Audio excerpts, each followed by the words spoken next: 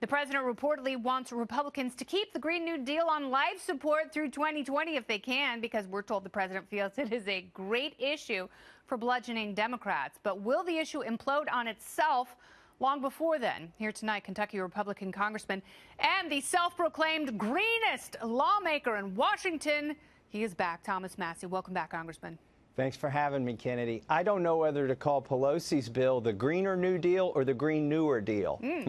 No, it's very interesting because she has something here that only addresses climate change, which is what the Green New Deal should have done in the first place. But those freshman Congress ladies needed a good admonishing, didn't they?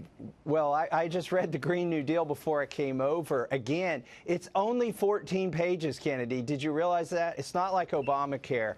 But the reason it's only 14 pages, I've discovered, there's only 64 crayons in a box of Crayolas. Oh.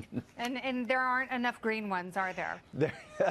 They used every color in the box and still could only make it 14 pages. But here's how pervasive the original Green New Deal, not the imposter, but the original one is. It's been referred to 10 committees for jurisdiction, right? Like usually a bill gets referred to a committee, sometimes two committees. The Green New Deal's been referred to 10 committees. I'm on two of those, the Transportation Committee and the Oversight Committee. So I hope we have a vote on this Green New Deal in every committee that it's been referred to. I think it would be great. Now, I know one of your colleagues has tried very hard to force a vote in the House, and obviously, you're going to need 20 Democrat votes in order to force that.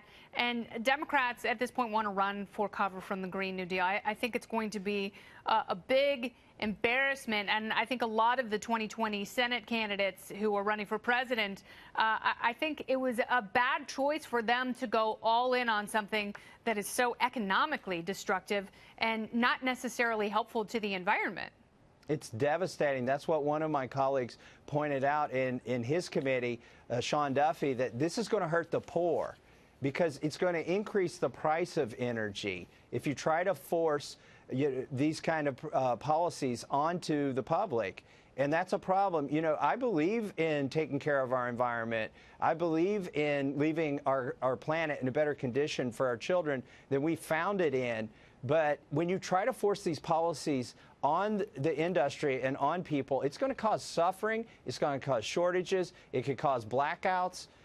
When you mess with capitalism and you try to replace it with central planning and a one-size-fits-all, you're just going to get suffering. No, and I'm glad Sean Duffy pointed that out because it's very expensive to move off of a traditional electric grid in 10 years and to retrofit all these buildings. And the only way you could make something like that work is if you pass the savings on to middle and lower income earners who, frankly, won't be able to afford it. It's interesting because Adam Kinzinger, one of your Republican colleagues in the House, he put forth this Euro energy legislation to shield all of Europe from big bad Russia. Shouldn't they be fighting their own energy fights with the former Soviet Union? This is the craziest thing that happened this week in the House, and nobody's reporting on it. This came to a vote on the floor of the House. This bill, it's H.R. 1616, where the American taxpayer would subsidize European energy, buy them solar panels, buy them windmills, buy them a smart grid, buy them natural gas pipelines so that they can be independent of Putin.